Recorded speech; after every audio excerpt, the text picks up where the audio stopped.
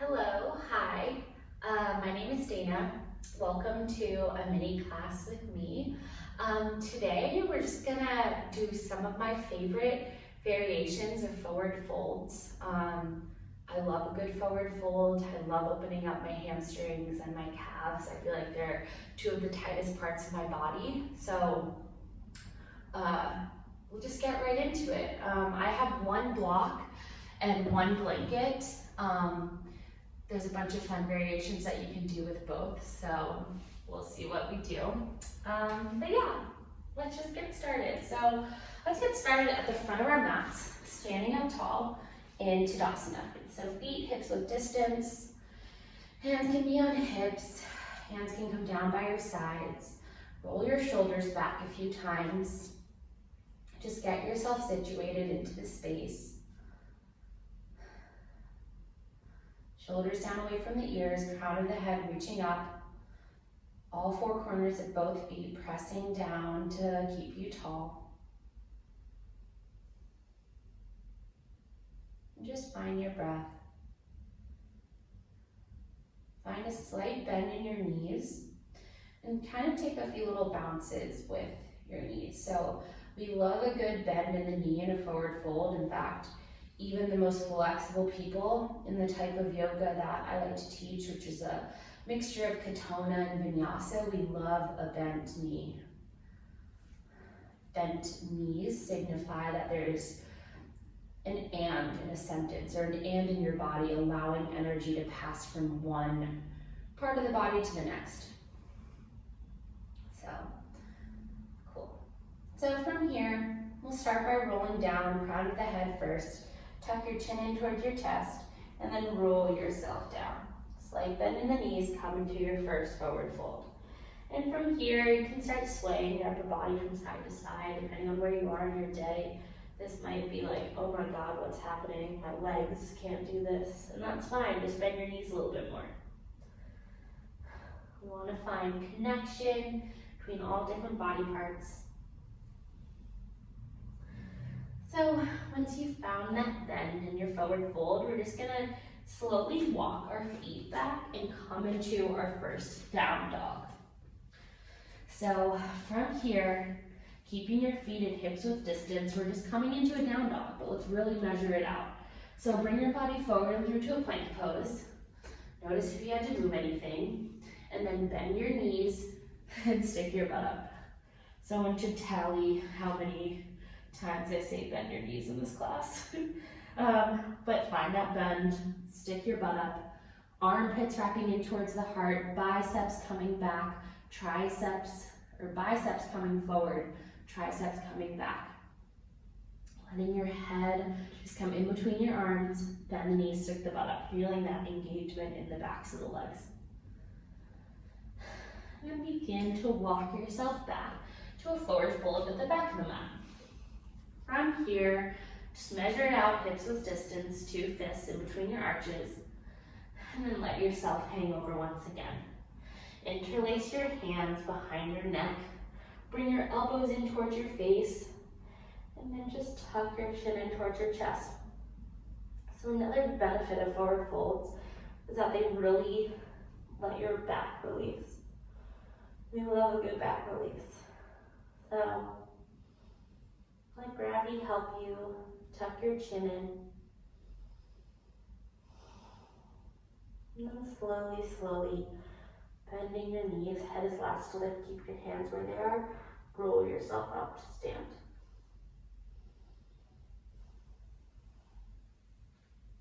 Awesome, once you get to the top, let your elbows open up, give yourself a tiny little back bend, and then let your body stand up tall in Tadasana.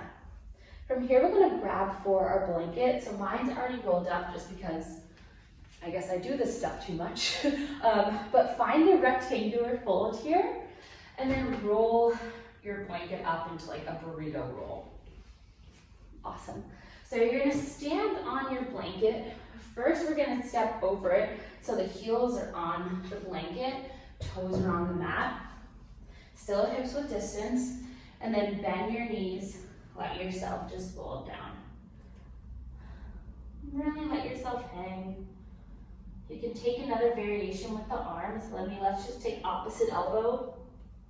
Let yourself hang through. Hang through your frame. A few more cycles of breath. Noticing what parts of the backs of the legs are opening.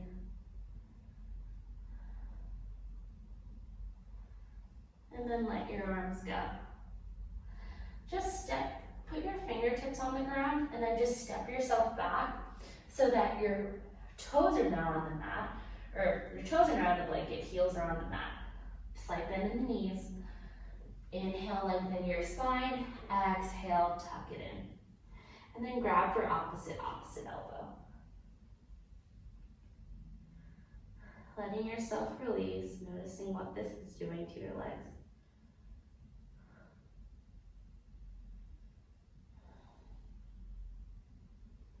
You can sway from side to side as well. Notice how your feet are pressing down. If you have too much weight into your heels, try to bring it evenly. And then let your arms go. Just bring the blanket out from under your feet and walk yourself back into a downward facing dog. Cool. On your next inhale, reach your right leg up, down dog split. Exhale, bring your right foot to your right thumb. From here, you're just gonna place your back knee down and untuck the back toes, and immediately we'll move into a flow that I really like to use to open up the backs of the legs. So as you inhale, you bring yourself back, tuck the toes up, straighten the right leg. Exhale, come back into low lunge. Inhale, tuck the back toes, lift the back knee, straighten both legs. Exhale, low lunge.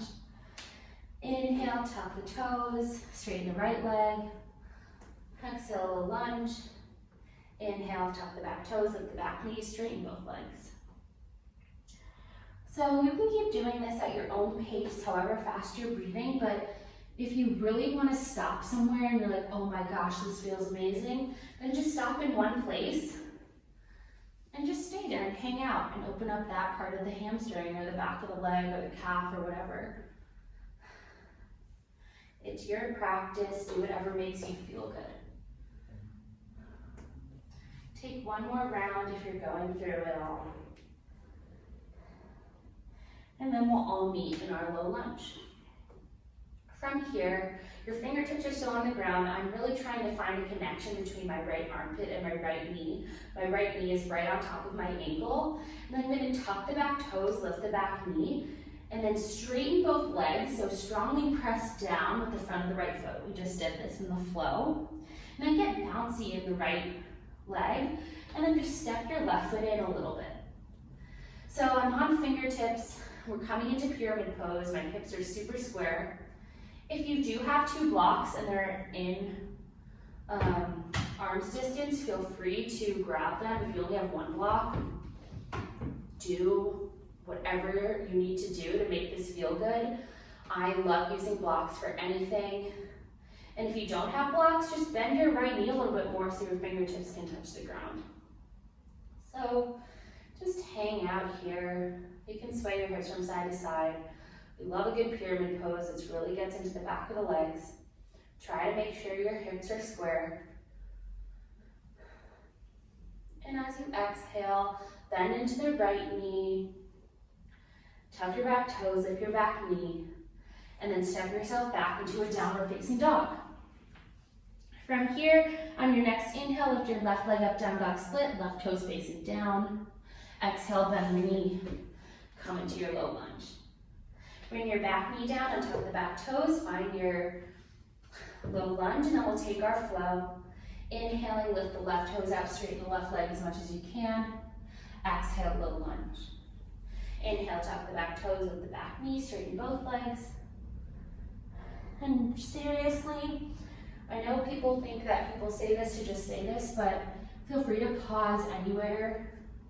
No one is going to judge you. You shouldn't judge yourself. If something feels good, you should just keep doing it.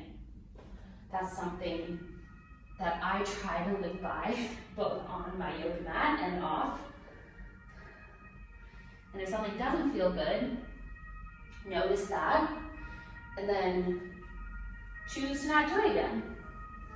Obviously there are cases where you want to challenge yourself and something might be uncomfortable, but if there's like pain or trauma or something not great involved with something like that, then you should make the choice to not have to do it anymore. Take one more round, bend into the front knee, lead in the low lunge, and then tuck the back toes again, lift the back knee, step it in, or straighten both legs, sorry. Finding your left toe strongly pressing down, and then get a little bouncy into the left knee and the right knee. Hop your right foot in a little bit. Toes are facing up towards the right diagonal of the mat. Hips are square. And then just come into your version of pyramid pose. It's a really deep stretch for the back of the leg. If your hips are square, if you're in your best alignment, we want to have form over function, or form over feeling, because form brings function. So try to have your best form, and the great feelings will come after it, I promise. Take a few more breaths. Your head can dangle and shake out. No worries.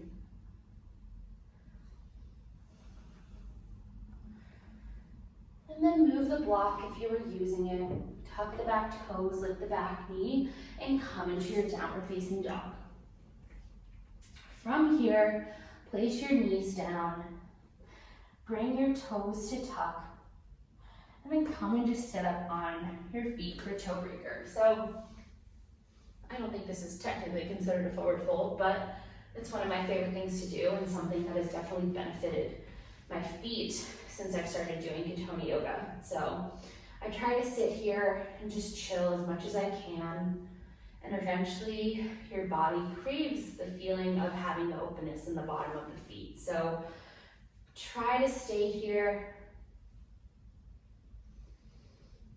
And then when you're here, just take some circles with the arms. So circle your right arm back a few times, circle the left arm back a few times. This just gives us a few last minute rolls of the shoulder and openings. Circle the other way with both arms. And this is something you can do anytime, anywhere. So maybe not the toe thing, but shaking your arms and rolling your shoulders. On your next inhale, place your hands down. Just give little pitter-patter taps to the tops of your feet. Amazing. And then what we'll do is we'll end in Virasana with some breath work. So we're gonna find our block, put it in between our heels, and find your best version of Virasana. Bring your eyes to a close. One of my favorite things to do to embody the inwardness of a forward fold is Nadi Shodhana, which is alternate nostril breathing. And it really helps calm the nervous system. So we'll take a few rounds of this. So you can open your eyes to see how it's set up, but you'll take your right hand, place your right thumb on your right nostril, right forefinger on your left nostril, two like middle finger, pointer finger in between your eyebrows, and your pinky finger can just hang out. So you're gonna press down on your left nostril, inhale through your right, only through the nose. Press down on your right nostril, exhale out the left nostril. Inhale through the right nostril, or inhale through the left nostril.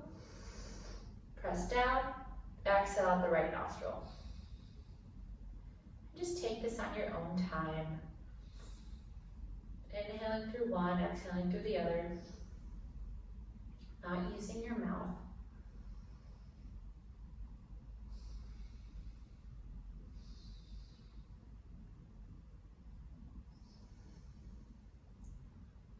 And once you've done at least 5 rounds to both sides, we'll end with our hands on our lap.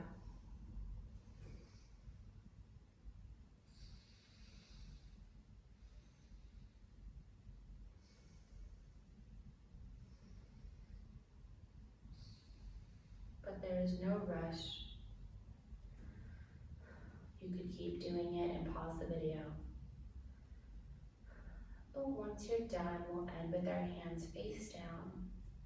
Eyes can stay closed. Gratitude to be able to take the time out of our day, spend some time doing something for ourselves, which is so important. Focusing on ourselves and going inward benefits us, but it benefits everyone around us. Thank you for joining me today. We'll end practice with a final bow, hands at the center of our chest. Namaste.